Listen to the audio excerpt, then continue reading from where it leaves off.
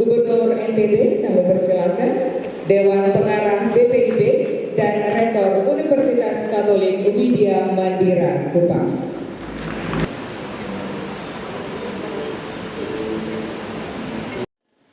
Apa yang akan disampaikan oleh para narasumber? Yang pertama, karena kita berada di kampus, mohon izin Bapak Gubernur dan Bapak yang paling penting bahwa tadi 3 generasi muda yang pertama memberikan pemikiran-pemikiran, memberikan masukan dan pemikiran-pemikiran yang hebat. Yang 3 lagi adalah orator ulung. Saya membayangkan bila Bung Karno hari ini duduk di sini, maka dia sangat bangga bahwa sang proklamator itu yang punya kemampuan orasi yang luar biasa ada pengganti-penggantinya di ND atau NTT hari ini. Banyak sekali kita keliru untuk tetap menyatakan Pancasila menjadi nilai dasar, tapi kita tidak pernah belajar. Contohnya, kita hobi sekali menyampaikan salam nasional kalau kita itu salam selesai. Bicara tentang persatuan bukan bicara tentang persatuannya, tapi pemahaman akan perbedaan. Jadi jangan pernah NTT itu tertarik hanya salam Pancasila, Assalamualaikum, Salve, Salam, Om Swastiastu, Namo Buddhaya, Rahayu. Itu kita sedang belajar untuk menjadi orang bersatu. Jadi itu sesuatu yang bullshit. Kalau kita sedang bersatu tapi nggak ngerti, tadi saya suka itu. Kita Indonesia rumah kita. Benar, kalau rumah tidak dikenal bagaimana kita bisa sama? Ayo, kita bilang Pancasila, tapi saya nggak tertarik untuk belajar tentang Jawa. Saya tidak suka belajar tentang Sumatera. Saya tidak suka untuk belajar tentang Bugis. Saya juga tidak suka untuk belajar tentang orang Timur. Saya tidak suka belajar tentang orang Riau. Jadi sebenarnya persatuan itu hanya datang kalau kita memahami dan mengerti. Jadi bukan cuma mengerti, tahu saja, tapi paham. Orang paham dan orang tahu itu beda. Tahu itu begini, 1 tambah 1, jawabnya 2, itu orang tahu. Bertanya, kenapa 2? Itu ilmu pasti. Jadi sudah begitu dari dulu. Nah, ini orang yang hanya tahu saja. Kalau orang paham, dia bilang, ya karena ini datang dari ilmu ukur sudut. Maka dibuktikan hanya 2 sudut. Tidak ada 3 sudut di sana. Nah, itu orang yang paham. Nah, ini bicara Pancasila, kita harus mewujudkan Pancasila. Tapi kita tidak pernah belajar tentang bagaimana orang Timur hidup. Bagaimana keyakinan orang Timur. Bagaimana keyakinan orang di Manggarai. Memberikan ini pendidikan tadi seperti generasi muda. 3 orang tadi itu menyampaikan bahwa pendidikan itu pendidikan macam apa? Pendidikan yang didorong untuk menjadi pemahaman terhadap akar budaya dari Indonesia. Kita kehilangan di sana. Kalau kehilangan itu, maka kita tidak akan paham saudara saya di sebelahnya apa. Maka tidak boleh datang gabung sama saya, karena saya nggak kenal tamu. Jangan dipaksa saya bersatu, karena saya nggak kenal tamu. Tamu berbeda. Tapi bila saya kenal dia seperti ini, potensinya modal seperti ini, bila kita bersatu, energi yang begitu hebat akan menjadi kekuatan besar buat bangsa ini. Itu pelajaran berharga buat kita. Karena itu saya ulang-ulang kali katakan, tidak ada pakaian nasional batik, tidak ada. Pakaian nasional asal Batak, asal Riau, asal Manggarai, pakaian nasional asal dari mana lagi? Papua, pakaian nasional asal, bukan pakaian nasional batik. Jadi saya paling marah mendapat undangan pakaian nasional batik. Apa itu maksudnya? Itulah kita punya kesalahan terbesar. Karena persatuan yang dimaksud dalam Pancasila itu pada saat kemerdekaan itu, maka seluruh bidang itu dipersatukan pada saat itu. Karena zaman kita kolonial, maka strukturnya berbeda pada zaman itu republik. Seluruh raja-raja menyatakan menerima di Indonesia, raja-raja kecil termasuk di Flores, di timur sana, datang seluruh utusan dari Bung Karno untuk menerima pengakuan kepada republik. Maka pengakuan itu pengakuan politik, pengakuan sosial, ekonomi, termasuk budaya, agama, itu semua pengakuan. Karena pengakuan dalam keragaman itu tidak boleh dibuat menjadi satu, tidak boleh. Kita berbeda, tapi kita satu. Satu apa? Satu tujuan, bukan satu baju. Beda, satu tujuan. Nah, ini pemahaman yang keliru. Karena itu, bagaimana cara dunia pendidikan? Dunia pendidikan hendaknya mulai memasukkan pemahaman ajaran-ajaran bagaimana kehidupan seluruh warga, bangsa, suku-suku yang berada di Indonesia hari ini harus ada dalam dunia pendidikan. Jadi kita paham. Kalau ngomong salam aja gak mau, gimana ngomong Pancasila? Aku maunya cuma Pancasila aja. Nah, Pancasila apa? Nggak ngerti apa? Nggak ngerti. Ya salam nasional aja gak mau. Kok ngomongnya berbeda-beda tapi satu? Salam gak mau. Paling sederhana adalah kita toleran atau tidak menerima perbedaan itu dalam pemahaman kita. Salah satu tanda buktinya adalah menerima salam nasional di mana pun berada. Saya di dalam gereja, saya bilang, di dalam masjid, di gereja bilang gubernur hadir, Assalamualaikum warahmatullahi wabarakatuh di saat orang habis misa, ataupun mereka bergereja, mereka jawab, Waalaikumsalam warahmatullahi wabarakatuh. Tandanya apa? Tandanya mereka kenal bangsa ini, mereka kenal sahabatnya, mereka kenal saudaranya. Om Swastiastu, saya kenal kamu walaupun saya Kristen, tapi saya mencetakkan dalam gereja saya. Om Swastiastu, saya Pancasila. Bukan omong Pancasila, salam nasional tidak sanggup. Kalau kita hanya bilang, saya cuma Pancasila aja, itu kita sedang mengabaikan nilai. Kita bicara sesuatu tanpa ngerti nilainya. Karena itu saya menolak itu. Dimanapun berada selama NTT menamakan dirinya Pancasila, kemanapun dia pergi, dia menunjukkan bahwa saya paham tentang keragaman. Dan pemahaman saya tentang keragaman itu, saya akan terima menjadi bagian tak terpisahkan dari hidup saya sebagai orang Indonesia. Nah itu, kedua, kita bicara tentang ekonomi kerakyatan. Apa itu ekonomi rakyat? Banyak sekali memberikan titip salam buat teman-teman itu. Ekonomi rakyat adalah ekonomi apa? Bidang macam apa yang akan diberdayakan oleh rakyat dan menjadi kekuatan ekonomi nasional. Kita membangun UMKM itu bukan sedang peduli terhadap rakyat, tidak.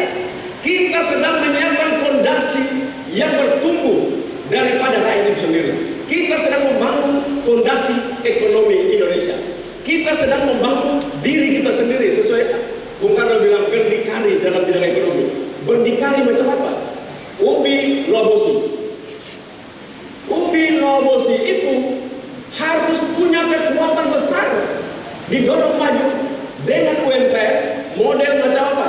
Keripik sampai dengan makanan-makanan olahan-olahan end product yang sangat membanggakan, sampai menjadi kekuatan pertumbuhan ekonomi Anda, kekuatan pertumbuhan ekonomi Nusa Tenggara Timur, kekuatan pertumbuhan ekonomi Indonesia. Itu disebut fondasi ekonomi rakyat. Jadi bukan ekonomi rakyat itu sudah kerja 2 kali begitu kita ini bapak ekonomi rakyat. Maksudnya itu rakyat kerja, bukan. Tetapi pertumbuhan datang karena supporting datang daripada fondasi daerah sumber daya di mana dia berada. Nah, pikiran-pikiran besar inilah yang sedang kita kerjakan.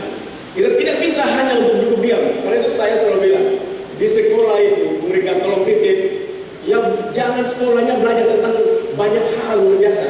Kita ini celakanya di SD itu banyak hal belajar, tidak tahu, kita tahu cuma sebatas. Jadi apa bedanya wartawan sama dokter spesialis? Kalau wartawan itu banyak dia tahu, dalam tidak. Kalau dokter spesialis tahu satu saja, dalam sekali. Nah itu maksudnya. Nah kita celakanya kita begitu, mulai masuk SD, pelajarannya itu masuk mulai dari pagi sampai siang. Bengkok itu anak-anak saya mati. Matanya melotot-melotot, kita pikir dia mengerti, nggak ngerti satu. Keluar dari situ kita tanya, aduh, tadi sudah itu lupa kembali karena terlalu banyak. Teori fokus ajar kita, Pak, cukup 1-2. Dan saya menyarankan sebaiknya SD itu ya cuma 1 matematika.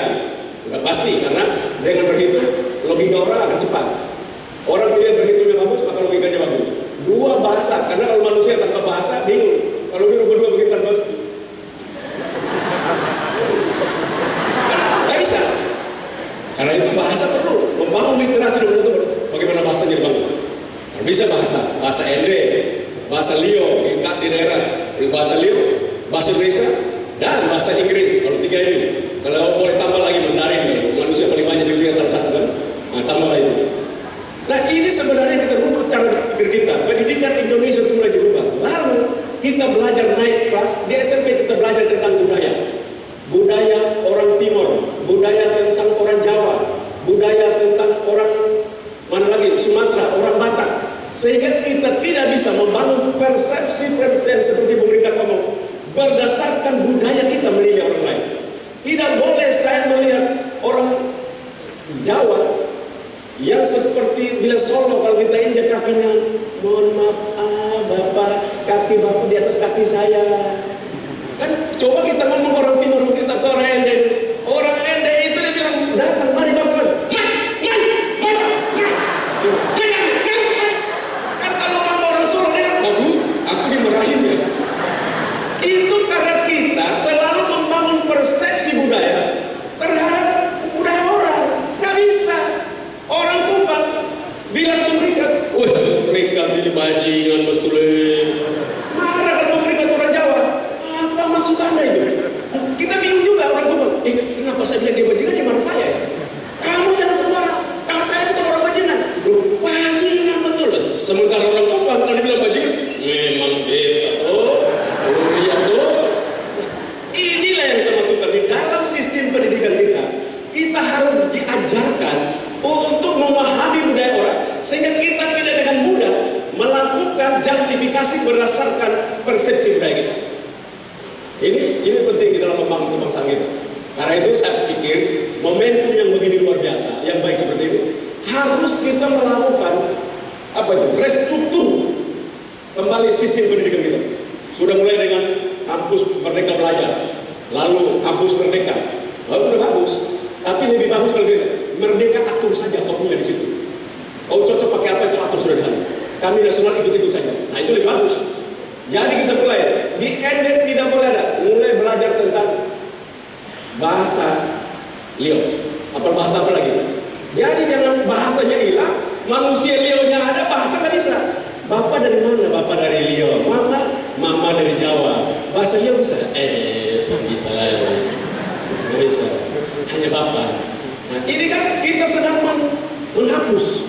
Kita sedang menghapus kita punya akar budaya. Lalu kita bilang, Bung Karno menggali Pancasila dari nilai-nilai bangsa Indonesia. Nilai apa? Lah kalau sedang hapus, ya jangan bingung kalau suatu saat hilang. Ya akan hilang.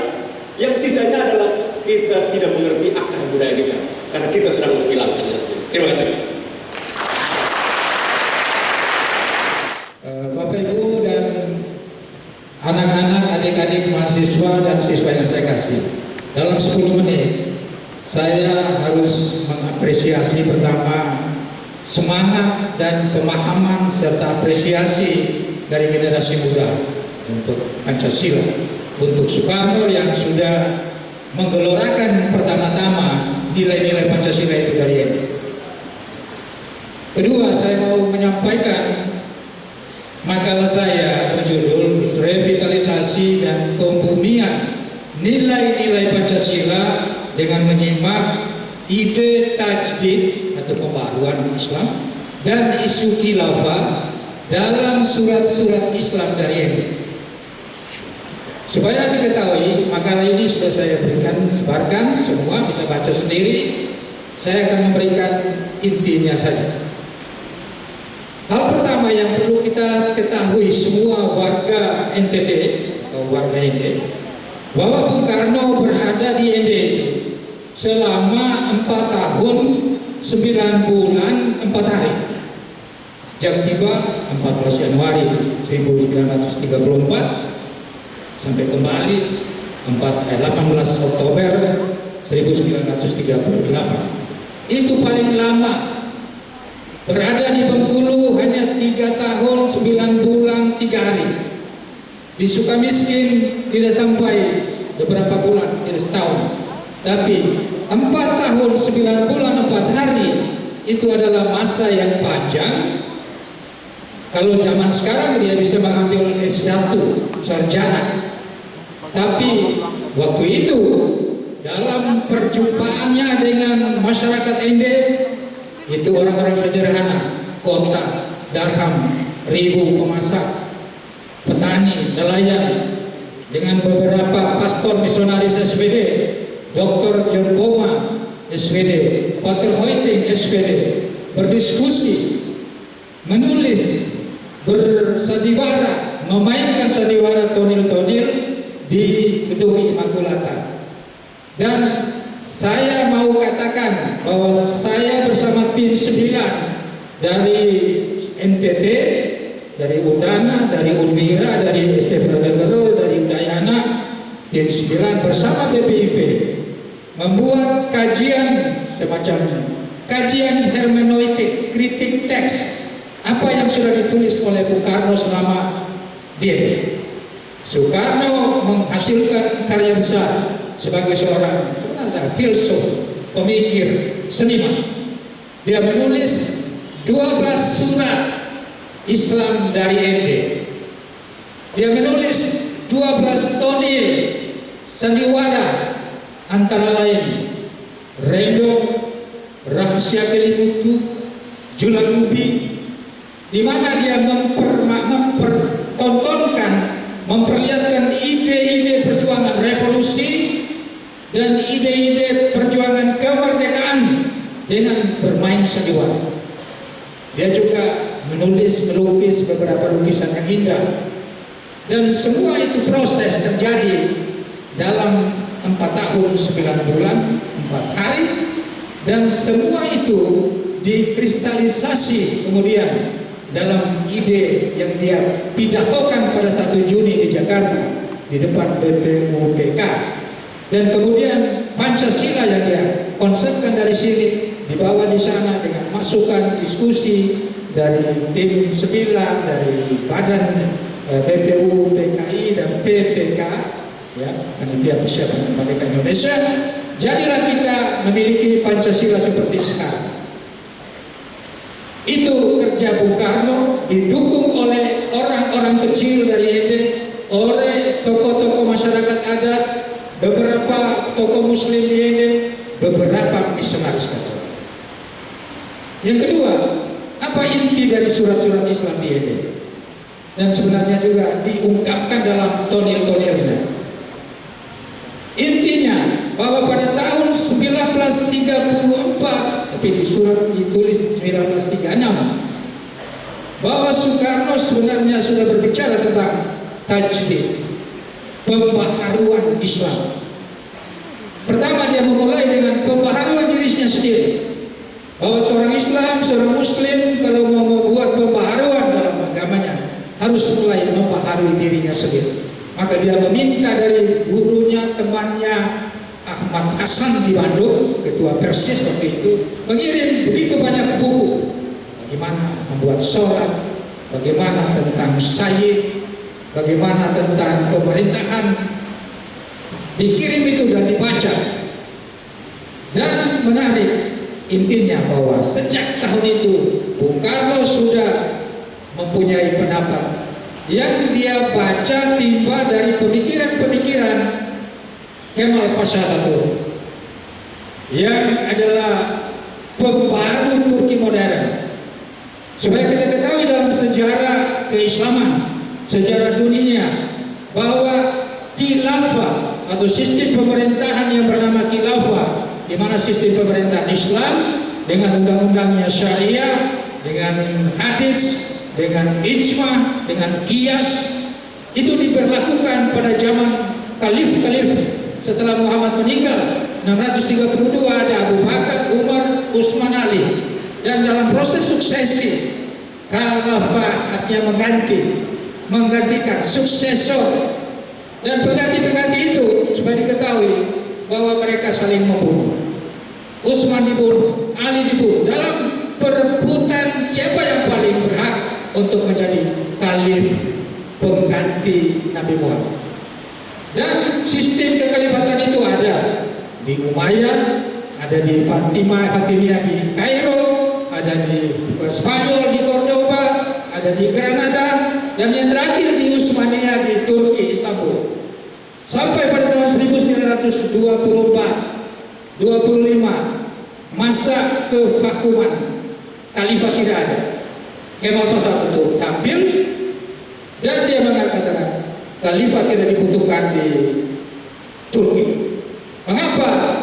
Tentara Turki Muslim berperang atas nama Muslim di sedunia, tapi Muslim di sedunia mereka terpaku tangan. Darahnya ditumpahkan oleh rakyat Turki. Oleh karena itu Turki tidak mendukung lagi hidupnya kembali khilafah. Maka Raja Fuad, Raja Kairo, Raja Mesir, Raja Fuad pada waktu itu dia mau memindahkan kekalifatan itu ke Kairo, dan dia mau menjadi khalif supaya khalifah itu hidup kembali, tapi dia ditantang oleh lawan-lawan politiknya pada waktu itu. Salah seorang ialah Profesor Ali Abdul Rashid dari Al-Azhar University, dan dia sebagai lawan politik, dia tidak mendukung ide raja menjadi khalif, maka dia menulis satu manuskrip pada tahun 1924 berjudul Islam wa Usul al-Hukum, Islam dan dasar-dasar kepemerintahan, dan satu bab dari buku itu berjudul Islam Din La Daulah, Islam adalah agama dan bukan pemerintahan. Maka sejak itu Kongres Khalifah yang terakhir 1926 sampai sekarang, khilafah itu tidak ada lagi di dunia ini, di bumi ini, bahkan di dunia Islam pun hanya ada ide-ide revitalisasi khilafah oleh sekelompok orang yang mau menghadirkan, dan itu sudah ditolak oleh Bung Karno selama dia ini. Dalam diskusi dalam surat-surat Islam kalau dibaca, dan kami sekelompok tim 9 Provinsi Nusa Tenggara Timur, profesor dan beberapa doktor akan terbit besok, masuk cetak sebuah buku bekerjasama dengan PPIB berjudul Hermeneutika Karya Bung Karno, Surat-surat Tentonil selama pengasingan dia. Baca itu, satu literasi tentang Pancasila yang digali kembali, dibaca kembali bagaimana Bung Karno pada masa itu sudah berpikir tentang negara Indonesia yang akan merdeka berdasarkan Pancasila, bukan berdasarkan ideologi lain. Oleh karena itu pada waktu itu ketika dia mengatakan khilafah itu adalah suatu sistem pemerintahan 1000 tahun lalu. Jikalau Islam mau maju, Islam akan mencapai glory of Islam.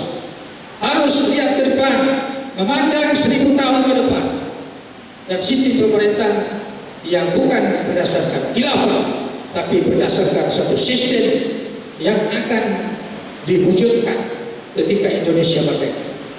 Dan saya yakin, kita semua yakin bahwa itulah Indonesia NKRI berdasarkan Pancasila. Oleh karena itu saya sekali lagi mengapresiasi gerakan ini, bahwa kehadiran Bung Karno di sini sebenarnya menggali nilai-nilai yang sudah ada di bumi Indonesia, bumi NTB, digali ke permukaan dan itu dibawa ke Jakarta, dan kemudian mengudara, mengawang, yaitu nilai-nilainya masih sebagian besar mengawang, atau dalam bahasa filsafat dalam buku itu kan masih utopia, utopis, bukan berarti bayang-bayang yang tidak akan tercapai, tapi ada juga bayang-bayang yang nanti tercapai, tapi masih banyak yang belum tercapai. Oleh karena itu sekarang kita bergerak membumikan kembali apa yang ada di awan-awan. Di awan-awan itu kita bawa ke bumi, kita wujud nyatakan, dan kalau perlu kita bumikan kembali, tanam kembali, karena nilai-nilai itu digali dari bumi kita, diudarakan, dan kita kembalikan. Karena gerakan tantangan terhadap Pancasila ini sekarang ini terlalu banyak. Oleh karena itu gerakan pembumian kembali, revitalisasi, menghidupkan kembali nilai-nilai Pancasila yang sejati, yang dipikirkan oleh Bung Karno selama di ND, dan kemudian kita sekalian diwarisi untuk terus memperjuangkan pewarisan nilai ini kepada generasi kita, generasi muda, tapi seluruh Indonesia. Kita gelorakan kembali semangat ini dari ND. Sekian dan terima kasih. Gelora Pancasila. Saya kira tadi kita mendapatkan gelora yang eksistensial, gelora yang menentukan kehidupan. Kata Profesor Buya Syafi'i Ma'arif yang kebetulan dipanggil Tuhan beberapa hari yang lalu, Pancasila harus abadi. Indonesia harus abadi. Kalaupun Indonesia bubar, bubarlah sehari sebelum kiamat. Itu pesan yang selalu didengungkan oleh beliau. Ada dua persoalan di sini, mengapa kita menggelorakan Pancasila. Satu, alasan eksistensial, yang tadi secara tidak sadar atau sadar, karena teman-teman muda ini luar biasa. Mereka mengatakan Pancasila itu adalah Indonesia, yang menentukan ke Indonesia. Yang kedua, kita bukanlah berada sendiri seperti juru besar dari perayaan ini. Kita memberi kontribusi bagi peradaban dunia. Nah, kita sedang menghadapi tantangan. Tantangan terakhir adalah perang Ukraina, dan kemudian sebelumnya lagi adalah COVID-19. Itu menunjukkan bahwa kita berinteraksi dengan dunia internasional. Kita hidup dalam sistem bencana lingkungan. Jadi END tidaklah berdiri sendiri. END adalah bagian integral dari Indonesia, integral dari kemanusiaan, integral dari Flores, dari NTT. Dan karena itu kita tidak bisa menyembunyikan diri, kita harus berkontribusi sambil melihat tantangan yang kita hadapi. Saya menyebut ada 7 tantangan, Bapak Gubernur. Pertama adalah dunia yang berubah. Dunia yang berubah, perubahan sekarang ini tidak berlangsung tahunan, tidak berlangsung dalam hitungan bulan, minggu, tetapi real time. Bahkan kalau bisa besok sudah hari ini. Tomorrow is today. Jadi makin cepat makin baik. Maka the survival of the fastest. Maka ketika pemerintah membangun infrastruktur itu sudah percepatan. Jalan-jalan ke provinsi dibangun untuk percepatan. Karena prinsip sekarang the survival of the fastest. Jadi makin cepat makin baik. Kemudian persoalan lain adalah kita berhadapkan dengan apa yang disebut VUCA. Saya kira teman-teman di perguruan tinggi tahu Pancasila kita butuhkan untuk pegangan karena dunia sedang menghadapi apa yang disebut VUCA. VUCA itu volatile, jadi bergejolak. Politik bergejolak, ekonomi bergejolak, sosial bergejolak, agama bergejolak. Kemudian yang kedua, uncertainty, ketidakpastian. Karena arah perubahan itu tidak satu arah, dari banyak arah. Jadi ketidakpastiannya luar biasa. Lalu yang ketiga ada kompleksiti. Kompleks, tumpang tindih antara urusan yang satu dan urusan yang lain. Ekonomi berhubungan politik, politik berhubungan ekonomi dan sebagainya. Yang ketiga dan yang terakhir adalah ambiguity. Ini sekarang menua. Kita dipecah belah bukan hanya pada komunal, tetapi juga dalam sikap. Apa yang hoax itu dibenarkan, apa yang benar dihoaxkan. Apa yang baik dianggap buruk, apa yang buruk dianggap baik. Apa yang nyata dimayakan ada yang maya dinyatakan. Jadi ini adalah ambiguitas yang kita hadapi. Karena dalam persoalan yang tadi yang penuh pergolakan, ketidakpastian, kompleksitas, dan ambiguitas kita perlu orientasi nilai Nilai Pancasila. Lalu yang lain tentu ada 2 radikalisme yang kita hadapi. Pertama adalah radikalisme ideologi. Di sana tumbuh intoleransi, di sana tumbuh perpecahan, di sana tumbuh ekstremisme. Lalu jangan lupa juga bahwa kita menghadapi apa yang disebut radikalisme pasar. Radikalisme pasar ini mengakibatkan eksploitasi lingkungan habis-habisan. Kemudian bukan hanya lingkungan, tetapi juga manusia yang selalu ditutup oleh Bung Karno, eksploitasi lom. Jadi manusia mengeksploitasi dirinya. Dan salah satu kegagalan, bukan satu buah dari modernitas adalah menghancurkan lingkungan dan tidak pernah memperbaiki keadilan sosial. Saya kira itu yang kita hadapi. Nah, persoalan berikutnya, bahwa sekarang kita sedang menghadapi apa yang disebut, ya, saya kira ada yang baca buku Harari ya, tentang post-truth dan tentu buku yang lain, bahwa sekarang ukuran kita ini bukan rasionalitas, bukan etika, bukan estetika, tapi persepsi. Nah, kita melihat bahwa apa yang baik itu dianggap salah, apa yang benar dianggap salah, dan sebaliknya juga. Lalu ujar kebencian juga luar biasa berkembang hebat. Jadi ini adalah persoalan etika dan juga estetika. Orang bisa bicara sekasar-kasarnya bahkan di depan umum.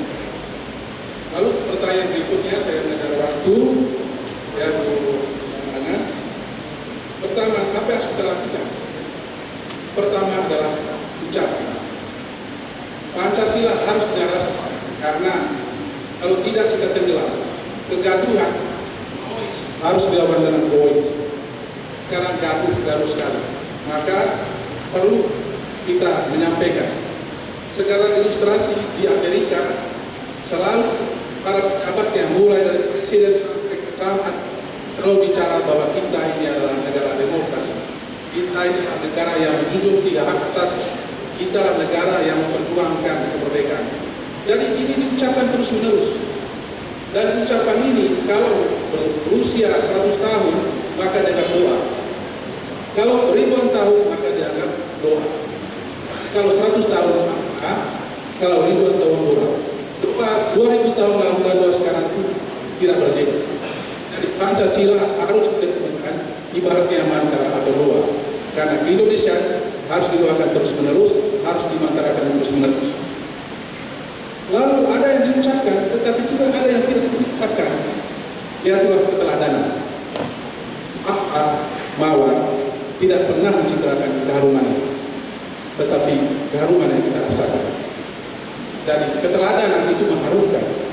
Ketika jalan-jalan dibuka, jalan-jalan provinsi dibuka, Pak Gubernur tidak perlu bicara bahwa saya sudah, karena masyarakat menceritakan bahwa jalan sudah ada.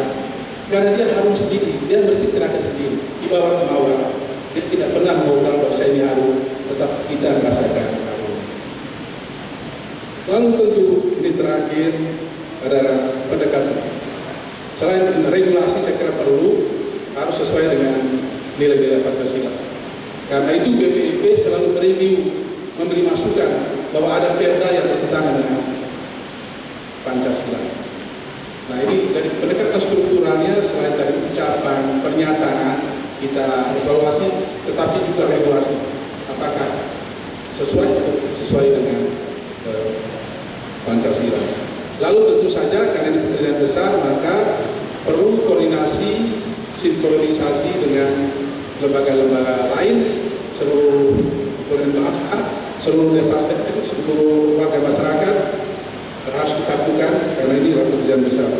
Dan terakhir adalah pendekatan kultural, dan tidak ada yang lebih hebat lagi selain pendekatan lewat pendidikan. Dan saya sangat berbangga di sini kita diskusi ini dilakukan di lingkungan pendidikan. Di sini ada kebetulan rektor salah satu yang ada di sini dan sebagian di forum ini, dan kemudian ada Bapak Gubernur di sini, dan saya kira penyatuan antara perguruan tinggi dan pemerintah mudah-mudahan akan menghasilkan sinergi yang baik, bukan hanya untuk ND, bukan hanya untuk Flores, bukan hanya untuk NTT, bukan hanya untuk Indonesia, tapi untuk dunia dan untuk kemanusiaan. Terima kasih sekali lagi. Selamat siang ini. Salam Pancasila.